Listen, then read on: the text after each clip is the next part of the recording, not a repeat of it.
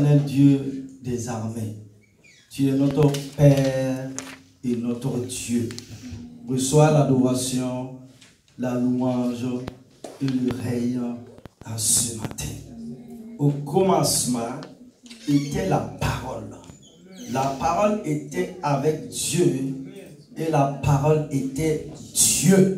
Seigneur, que cette parole de puissance nous saisisse en ce matin, afin que nous puissions entrer dans notre destinée et rendre toute la gloire et l'honneur à celui qui est assis sur le trône, comme tu l'as fait dans le passé, pour ces hommes et ces femmes qui ont mis leur confiance en toi. En ce matin, Seigneur Dieu, délivre ton peuple de tout ce qui est épreuve, de tout ce qui est douleur, de tout ce qui est attaque de l'ennemi. Dans le nom puissant de Jésus-Christ de Nazareth, nous t'avons prié. Et que quelqu'un dise Amen. Je vais entendre ton Amen là. Amen. Je vais entendre encore ton Amen là. Amen. Si tu es dans la joie et si tu es reconnaissant pour l'œuvre de la croix, acclame Jésus. Jésus, acclame Jésus. Acclame Jésus. Acclame Jésus. Alléluia. Gloire à Jésus. Amen. Amen. Veuillez vous asseoir. Dis à quelqu'un que tu es béni. Dis à quelqu'un que tu es béni. Tu es dans le mouvement de l'esprit. Depuis la modération, depuis le temps de la louange et l'adoration, les différentes prières qui ont été montées jusqu'au trône de la grâce de Dieu, alléluia, a fait quelque chose. Amen. Et le Saint-Esprit est un. Et c'est le même Saint-Esprit qui nous anime. Parce que nous sommes fils et filles de l'Éternel Dieu des armées. Bienvenue encore, mon frère, ma soeur, dans la maison, dans la présence de l'Éternel Dieu des armées. J'aimerais que tu dises encore à quelqu'un que tu l'aimes. Dis à quelqu'un que tu l'aimes. Je t'aime de l'amour de Dieu. Me parle. Alléluia. Quand-toi de soi dans la joie. L'amour de Dieu a rempli nos cœurs par le Saint-Esprit. Vous êtes un peuple du Saint-Esprit, que la gloire revienne à Dieu. Voici le titre de mon message, sinon de l'enseignement de ce matin. C'est une question. Comment surmonter les épreuves? Comment surmonter les épreuves? Pose la question à ton frère, à ta soeur. Comment surmonter les épreuves? Et c'est la deuxième partie de mon message. Comment surmonter les épreuves? Partie 2. Et comme texte biblique de référence, nous lisons dans Jean, au chapitre 16, verset 33. Je vous ai dit ces choses. Là, c'est Jésus qui parle ici. Je vous ai dit ces choses, afin que vous ayez la paix en moi. Vous aurez des tribulations dans le monde. Cela veut dire quoi? Vous aurez des tribulations sur cette terre des hommes. Mais prenez courage. J'ai vaincu le monde. Et le grand apôtre Paul nous parle dans 1 Corinthiens chapitre 10, verset 13. Aucune tentation ne vous est survenue qui n'ait été humaine. Et Dieu, qui est fidèle, ne permettra pas que vous soyez tentés au-delà de vos forces. Mais avec la tentation, il préparera aussi le moyen d'en sortir, afin que vous puissiez la supporter. Alléluia. Amen. Que Dieu bénisse sa parole à ce matin. Tous les êtres humains passent donc par des épreuves, qu'elles soient bénignes, difficiles ou accablantes. Réussir sa vie implique d'apprendre à surmonter les épreuves. Le dictionnaire Larousse définit ainsi l'épreuve: chagrin, douleur, le malheur qui frappe quelqu'un. Le mot épreuve, quant à lui, signifie vérifier les qualités ou la valeur. Les épreuves ont différentes provenances. Elles peuvent venir de Dieu, de soi-même, des autres, du péché, du monde, du diable et des circonstances. Nous avons vu, à l'occasion de notre premier enseignement du 22 mai dernier, les épreuves qui viennent de Dieu et celles qui viennent de nous-mêmes. Nous avons notamment vu, s'agissant des épreuves qui viennent de Dieu, par l'épreuve, Dieu éprouve notre obéissance. Et que s'il lui arrive de nous éprouver, la meilleure réponse sera l'adoration exprimée par notre obéissance. Par l'épreuve, Dieu éprouve notre fidélité. Comme une éponge pressée révèle ce qu'elle contient. Ainsi en est-il de nos motivations secrètes. Quand Dieu nous éprouve, elles sont révélées. Par l'épreuve, Dieu doit aussi parfois nous corriger ou nous juger. Ce n'est pas volontiers qu'il humilie et qu'il afflige les enfants des hommes, a dit le prophète Jérémie un jour dans Lamentation 33, verset 33. Dieu, dans sa nature, préfère pardonner plutôt que de juger. Il ne se dérobe cependant pas pour autant à son devoir. Et nous devons méditer les avertissements de sa parole, à l'exemple de ce qui suit. Si nous nous examinons nous-mêmes, nous ne serons pas jugés.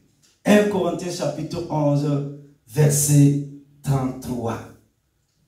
Dans bien des épreuves, Dieu reste silencieux. Nous pensons naturellement qu'une explication nous ferait du bien. Mais c'était parfois le contraire. Il gardera le silence dans son amour pour toi. Sophonie chapitre 3, verset 17.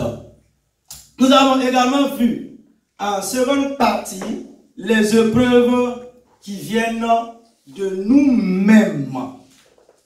En effet, nos attitudes et nos actions incorrectes produisent de mauvais fruits qui engendrent toutes sortes de difficultés. Lot, neveu d'Abraham, en est une illustration. Les choix de nos valeurs morales, de notre conjoint, de notre profession et de notre lieu de vie sont parmi ceux qui portent le plus à conséquence. Malgré l'éducation et la formation reçue au contact du patriarche Abraham, Lot va se laisser diriger par son regard. Les gens de Sodome vivaient dans un petit paradis naturel et ils étaient probablement prospères. Mais ils avaient une conduite abominable. La recherche de la pensée de Dieu, ou par le moins les conseils d'Abraham, auraient dû garder Lot de s'installer à cet endroit. De plus, au lieu de s'humilier, il va fuir la repentance et ses responsabilités. Ce matin, bien-aimés frères et sœurs, je vous propose de voir au cours de l'enseignement de la matinée en 2 points. Les épreuves qui viennent des autres et celles qui viennent du péché et comment les surmonter. Alléluia. Premièrement, les épreuves qui viennent des autres. Nous en avons de nombreux exemples dans la Bible qui est la parole de Dieu. La parole indique dans 1 Pierre chapitre 4, versets 15 et 16, qu'aucun d'entre vous n'ait à souffrir comme meurtrier, voleur ou menteur, ou pour s'être mêlé des affaires d'autrui. Mais si quelqu'un souffre parce qu'il est chrétien, parce qu'il est enfant de Dieu, parce qu'il a fait le choix de suivre Jésus-Christ, qu'il n'en ait pas honte, qu'il remercie Dieu plutôt de pouvoir porter ce nom. Nous voyons aussi dans 2 Rois, chapitre 21, verset 16, que le roi Manassé fut périr de si nombreuses personnes innocentes que la ville de Jérusalem fut remplie de sang. Waouh! Le sang des innocents. Alléluia. Jean-Baptiste est mort décapité pour satisfaire aux caprices d'une jeune écervelée et sa mère animée d'un esprit de vengeance. Étienne a été lapidé et Jacques mis à mort lors de violentes persécutions contre l'église naissante, c'est-à-dire la première église. Cette situation montre ça en bagage que l'opposition contre ceux qui œuvrent pour le bien est loin d'être théorique ou fictive. Des soldats de Christ, et parmi les meilleurs, meurent au combat en grand nombre, hier comme aujourd'hui. Devons-nous le nier? Ce sera une politique de l'autruche, déshonnête et malsaine. Devons-nous l'accepter passivement? Évidemment non. L'apôtre Pierre, dont le nom aurait pu compléter la liste citée plus haut, sera miraculeusement délivré, ses amis luttant jour et nuit dans de prières ferventes à son égard. Devons-nous spiritualiser à outrance ces situations, claironnant des slogans comme « L'ennemi fait une œuvre qui ne trompe pas ». Je ne le pense pas. L'ennemi fait une œuvre qui ne trompe pas. Je ne le pense pas.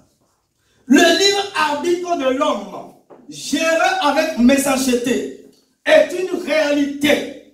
Et la souffrance de Dieu, face à cela, nous devons clairement nous positionner. À l'exemple de Jésus, pleurant devant la dureté des habitants de Jérusalem, exaspéré parfois par ses propres disciples ou encore en colère contre ceux qui ferment réellement le royaume de Dieu aux hommes. Nous devons refuser cette théologie simplificatrice. Elle se révèle déroutante et parfois blessante pour ceux qui se trouvent au cœur du combat. C'est le piège et la faiblesse de ceux qui ne peuvent ou ne veulent pas admettre la réalité existante d'une volonté maléfique réellement opposée à celle de Dieu. Des pays entiers ont vu l'Église anéantie durant plusieurs siècles. Des ministères puissants ont disparu sans être remplacés. Des continents ont été privés bien trop longtemps de l'évangile. Église, je te pose la question en ce matin. Est-ce la volonté secrète de Dieu? Il faut vraiment être bien installé dans un pays paisible qui garantit la liberté de ses citoyens pour le croire. Faut-il accepter sans broncher cette opposition? Heureusement, la Bible parle de changeur de société. À l'instar de Moïse, des juges, Esther et autres, Néhémie, qui ne demandent qu'à être imités, ce sera souvent au péril de leur vie. Nos épreuves ne ressemblent pas à celles de Esther ou Néhémie, mais la liste est aussi variée qu'infinie. Voyons quelques embûches qui sont communes. Un conflit épuisant avec un proche parent alcoolique. Un colère au caractère pénible. Une amitié brisée. Des insomnies provoquées par des voisins bruyants. Votre repos, vos nerfs, votre santé, votre morale en sont perturbés. Une humiliation, des remarques blessantes, calomnieuses ou vénéneuses qui nous sont adressées. Des menaces voilées ou ouvertes vous frappent. De l'argent qu'on vous doit. Après avoir écrit, entendu, téléphoné, entendu encore, vu la personne et passé par plusieurs phases d'amertume et de pardon, la situation n'est toujours pas réglée. Les Écritures nous donnent quelques clés pour traiter ces difficultés sans s'éloigner des commandements de Dieu. Répondre dans l'esprit opposé.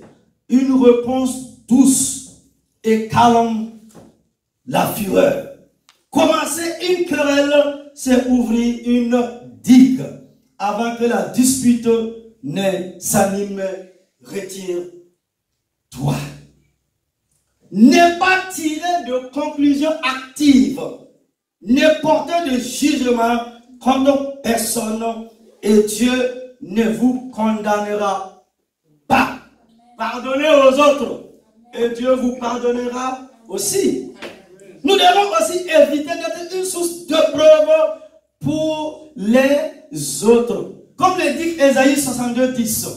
Jean de Jérusalem, sortez vite de la ville. Ouvrez la voie à ceux qui reviennent. Bouchez les trous de la chaussée. Débarrassez-la des pierres et balisez la route à l'intention des peuples. Comment? En recherchant l'approbation divine dans tout ce que nous faisons.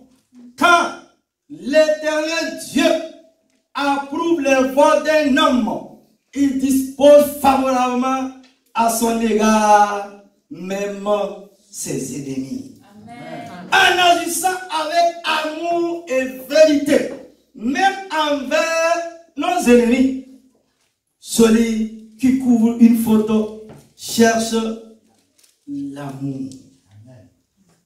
La parole nous dit encore dans Matthieu 5, 44.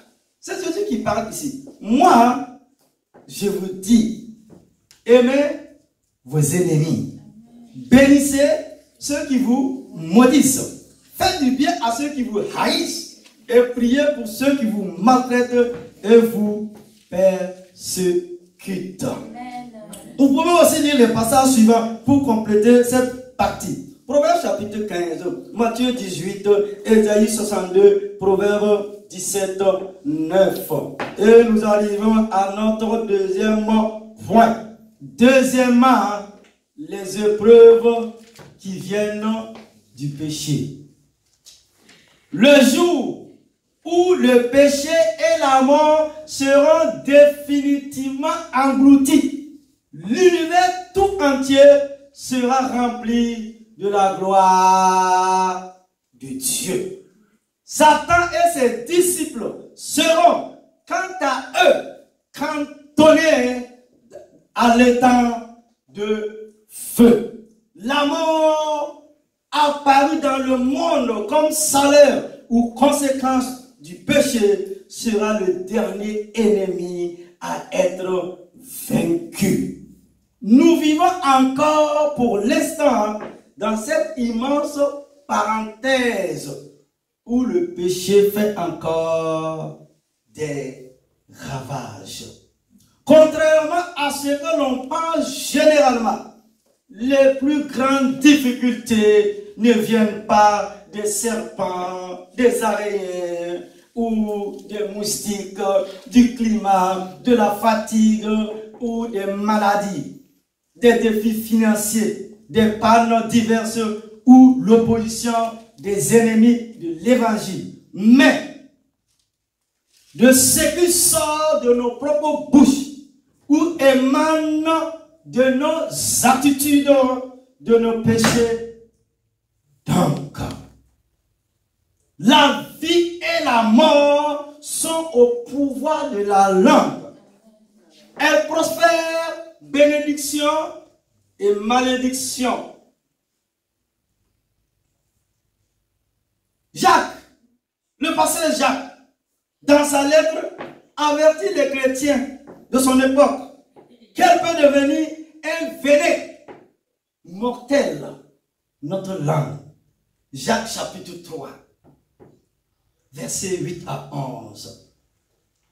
Quelqu'un a dit un jour, il y a plus de métaux par la langue que par les fusils et les canons. Waouh! C'est pourquoi celui qui vient sur sa bouche se garde des angoisses. Dit la Bible dans Proverbe chapitre 21, verset 23. Il y a plus de métaux par la langue que par les fusils et les canons.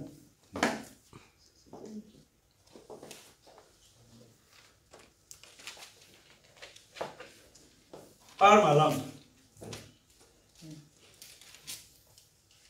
je peux tuer. Tu peux déstabiliser quelqu'un. Tu peux démolir quelqu'un.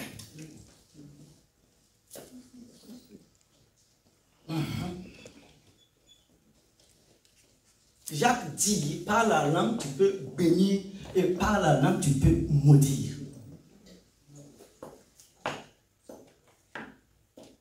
Tu peux donner de la force à quelqu'un par tes paroles, comme par tes paroles là, tu peux le rendre malade.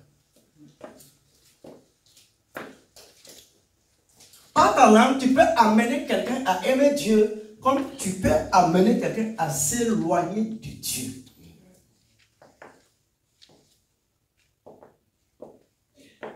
Jacques dit c'est du venin. Nous connaissons tous le venin du serpent. Ça fait quoi? Le venin fait quoi? Ça tue.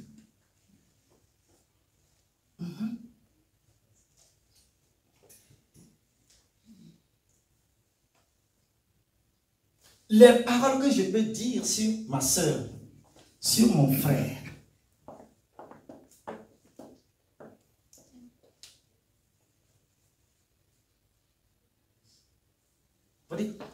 par ta langue là, tu peux calomnier quelqu'un et tout le monde va croire. Les gens vont te fuir même comme de la peste.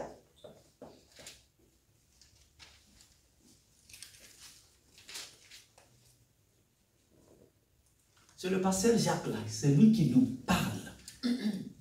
Il a dit ta langue là, c'est un feu. C'est du feu. Et vous avez vu comment le feu a ravagé, carbonisé, calciné des maisons, détruit des vies. Le feu naturel. Il y a un autre feu aussi.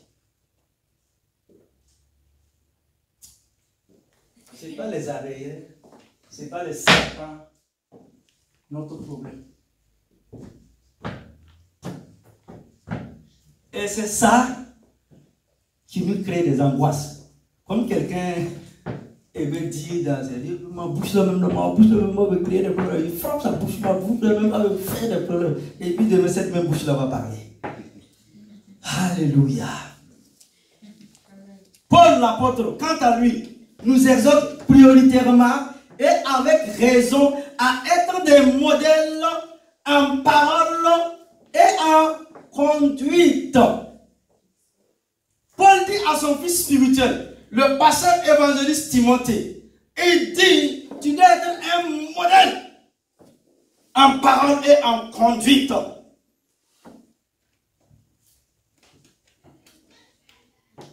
Nous limiterons ici notre réflexion à deux aspects en suivant le conseil de l'apôtre Paul dans 1 Timothée chapitre 4, les versets 12 à 16.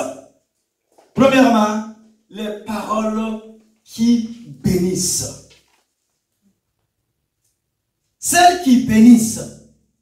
Nous avons ce droit de dire du bien de quelqu'un ou de quelqu'une, même derrière son dos.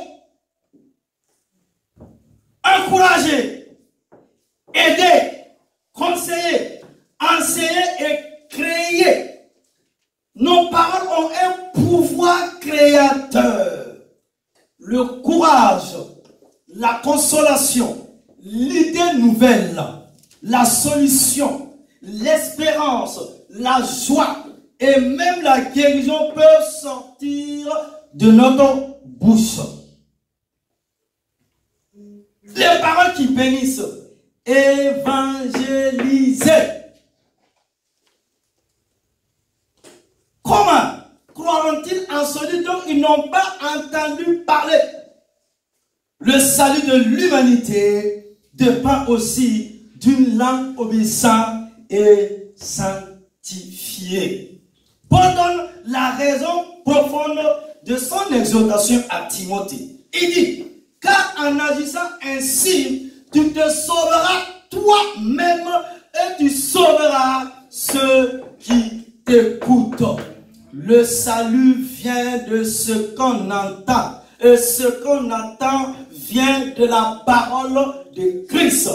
Romains chapitre 10, verset 17. Nous pouvons compléter cette liste avec des domaines de foi tels que prier, édifier ou tout simplement communiquer avec amour.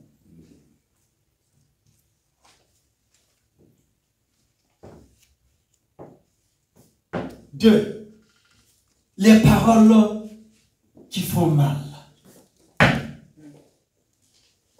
Dieu seul sait si elles sont nombreuses. La médisance, en quelques phrases, elle salit, parfois pour plusieurs années, l'image que nous avons de quelqu'un. Église, peuple de Dieu, toi mon frère, toi ma soeur qui me suis, la médisance, en quelques phrases, elle salit, parfois pour plusieurs années, l'image que nous avons de quelqu'un. Les murmures. Le peuple d'Israël venait de voir la mer se fendre et se former comme des remparts pour le laisser passer à sec et la puissance de Pharaon brisée. Pourtant, au lieu de demander une bonne nourriture à ce Dieu protecteur, il murmure le soupçonnant de l'avoir amené au désert pour le faire mourir de faim. Les murmures. Les paroles grossières. Elles salissent en fait celui qui les prononce. Les paroles inutiles. Avez-vous déjà été coincé, ma soeur? Je parle à une soeur ce matin-là. Avez-vous déjà été coincé dans un véhicule à côté de quelqu'un qui passe sans arrêt?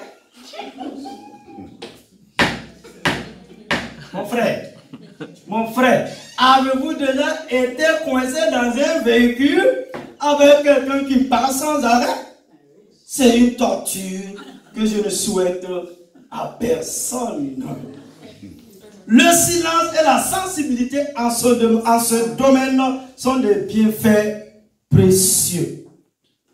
Les paroles méchantes, méprisantes, hautaines, elles sont haïes de Dieu. Waouh! Homme de Dieu, serviteur de Dieu, peuple de Dieu. Ma Bible me dit que les paroles méchantes, méprisantes, hautaines, elles sont de Dieu. Dieu aime ces choses-là. Dans Proverbe chapitre 6, verset 16, la Bible dit quoi? Il y a 6 choses que l'Éternel déteste, et même 7 donc il a horreur. Les yeux hautains, la langue menteuse, les mains qui versent le sang innocent, le cœur qui médite des projets injustes, les pieds qui se dépêchent de courir au mal, le faux témoin qui dit des mensonges et celui qui provoque des conflits entre frères. Et moi j'ajoute entre sœurs. C'est la Bible, Proverbe chapitre 6, verset 16. C'est ce que la Bible dit. Dieu n'aime pas.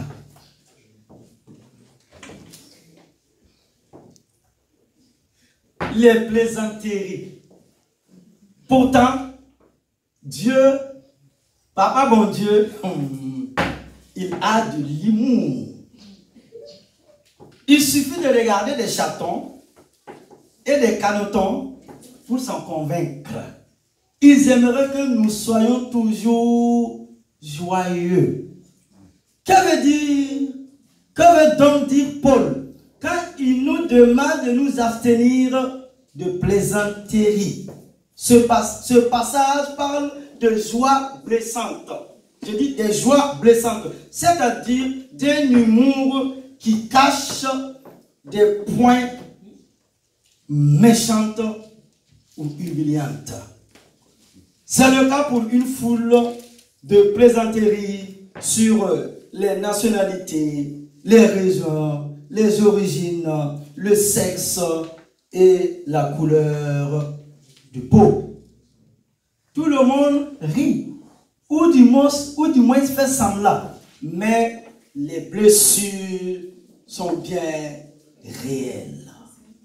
Si quelqu'un en effet veut aimer la vie et voir des jours heureux, qu'il préserve sa langue du mal et ses lèvres des paroles trompeuses. Amen. Nous dit l'apôtre Pierre dans 1 Pierre chapitre 3 verset 10. Si quelqu'un en effet veut aimer la vie et voir des jours heureux, qu'il préserve sa langue du mal et ses lèvres des paroles trompeuses. En plus de nos paroles, il y a aussi notre conduite. Notre conduite confirme ou détruit nos paroles. Dans certains lieux de réception, on peut lire: c'est bien agréable d'être important, mais c'est bien plus important d'être agréable. Tu ne m'as pas compris, je reprends. On vous a déjà invité un jour à quelque part, là. C'est vrai, dans un grand restaurant, quelque part à Paris, quelque part à Montréal, c'est ça, hein? Quelque part à New York, à Genève.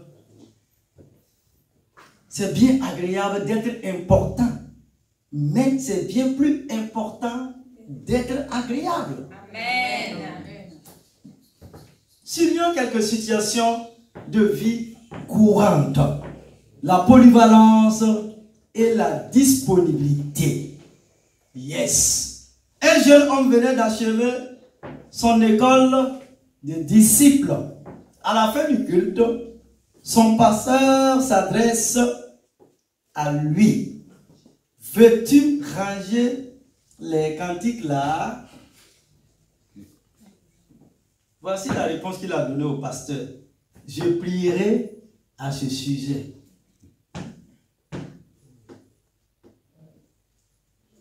Le pasteur lui demande: est-ce que tu peux ranger les cantiques là du groupe de louange et d'adoration? Non, je vais prier pour ça. Et voici la réponse du pasteur. Pendant que tu pries là, pendant que tu vas prier là, je rangerai moi-même. Moi-même, je rangerai les cantiques pour le groupe de louange et d'adoration.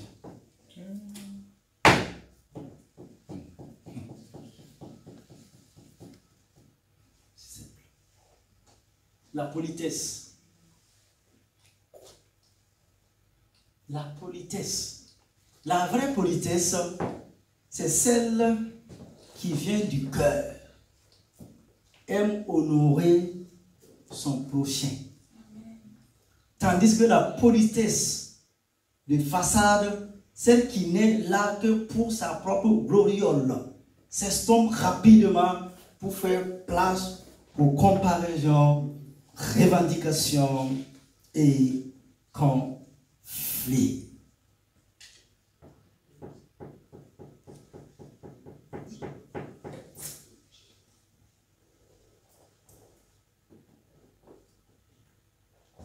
Aimer ton frère, ta soeur, de tout ton cœur. La politesse. Parler le langage du ciel. Apprécier ton frère, ta soeur. La vraie politesse. Ça vient du cœur.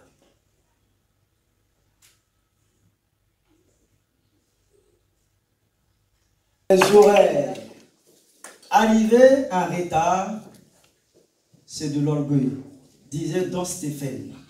Cela sous-entend que mon temps est plus précieux que le temps des autres. Je peux faire encore ceci ou cela. Les autres peuvent bien m'entendre. Jésus nous dit que certaines personnes arriveront en retard même aux noces du l'agneau. Jésus a parlé. Mais nous, on a l'heure où nous, on a les montres comme les Suisses. Les finances. Le pauvre et le riche sont appelés à être généreux. La fidélité pour rendre en bon état ce que l'on emprunte et payer ce que l'on doit sans se faire prier est une pratique de savoir-vivre élémentaire. Elle épargne les épreuves sans nombre à notre prochain.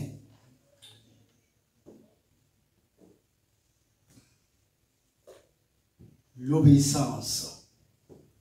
Nous savons tous, de manière innée, comment encourager ou saboter. Comité, répétition, réunion de prière ou de travail. L'atmosphère en classe, au bureau ou à l'atelier. Le respect des autres. Le zèle dans le service. La maîtrise de soi. La disponibilité et tant d'autres choses font la différence entre une vie de lumière ou de ténèbres. Elle répand bénédiction ou malédiction tout autour de soi. Alléluia. Alléluia. Alléluia. Je vais conclure. Dans l'épreuve, le peuple d'Israël a pu constater que Dieu est celui qui intervient. Nous le voyons dans Ésaïe 25, versets 1 à 4. Éternel, tu es mon Dieu. Je te glorifierai et je louerai ton nom, car tu as accompli des projets merveilleux. Car tu es un refuge pour celui qui est pauvre, une forteresse pour l'indigent dans sa détresse. Tu es un sûr abri contre la pluie d'orage et tu es notre ombrage au temps de la chaleur. Nous devons comprendre que les circonstances éprouvantes ne seront pas supprimées. Mais c'est à cette occasion que nous rencontrons le Dieu qui est un abri, une forteresse, un ombrage contre la chaleur.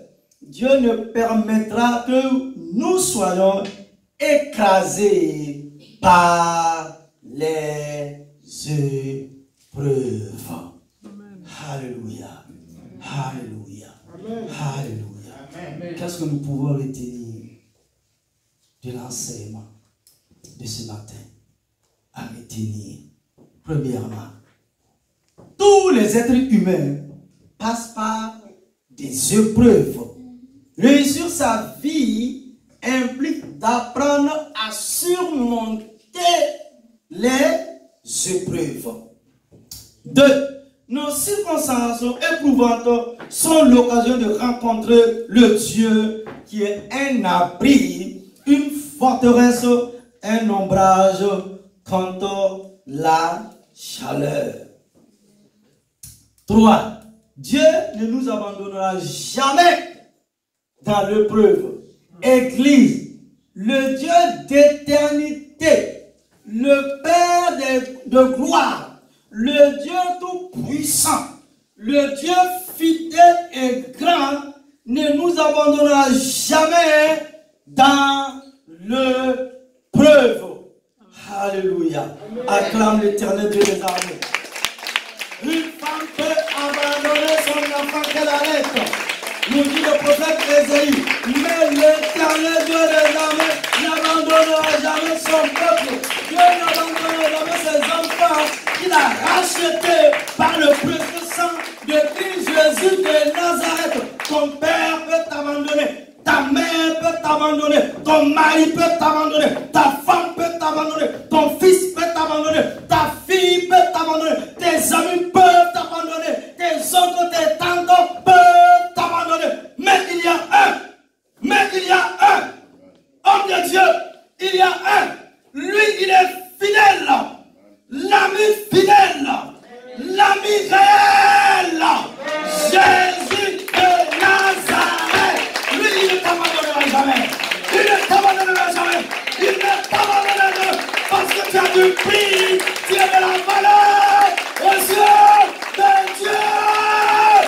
Tu as du prix, tu as du prix, tu as du prix, tu as de la valeur, tu as de la valeur aux yeux de l'Éternel Dieu des armées. Son amour est grand, il est une forteresse. Oh, alléluia. Il n'abandonne jamais. À lui toute la gloire. Amen. Alléluia. Tiens-toi debout, mon frère, ma soeur. Alléluia. Alléluia. Alléluia. Éternel Dieu. Alléluia. Tu m'as dit de les dire dans l'épreuve, tu ne vas pas les abandonner. À toi la gloire. Merveilleux Saint-Esprit de Dieu. Alléluia. Répète après moi. Éternel mon Dieu, éternel mon Dieu, éternel mon Dieu, éternel mon Dieu, éternel mon Dieu, éternel mon Dieu. Tu m'apprends dans ta parole que la fournaise de l'épreuve a des origines très diverses. Tu m'apprends dans ta parole que la fournaise de l'épreuve a des origines très diverses. Tu m'apprends aussi que, quelle que soit son origine, tu m'apprends aussi que quelle que soit son origine, une confiance absolue en toi est source infinie de protection. Une confiance absolue en toi est source infinie de protection. Apprends-moi ce matin à compter exclusivement sur toi. Apprends-moi ce matin à compter exclusivement sur toi. Apprends-moi ce matin à compter exclusivement sur toi. Apprends-moi ce matin à compter exclusivement sur toi. À m'en remettre à toi, peu importe les circonstances que je traverse. À m'en remettre à toi, peu importe les circonstances que je traverse. À m'en remettre à toi, peu importe les circonstances que je traverse. À m'en remettre à toi, peu importe les circonstances que je traverse. Au nom de Jésus. Au nom de Jésus. Au nom de Jésus. Au nom de Jésus. Au nom de Jésus. Au nom de Jésus. Au nom de Jésus. Acclame Jésus. Acclame le bon Dieu. Acclame-le encore très fort. Des cris de joie. Des cris de joie. Des cris de joie. Des cris de joie. Des cris de joie. Des cris de joie. Il est celui-là qui te délivre de la preuve. Il est celui-là qui te délivre de la preuve. Il est celui-là qui te délivre de la preuve. Acclame Jésus. Des cris de joie encore. Jésus. Jésus. Jésus. Reçois l'adoration. Amen. Merci Seigneur. Au nom de Jésus. Amen.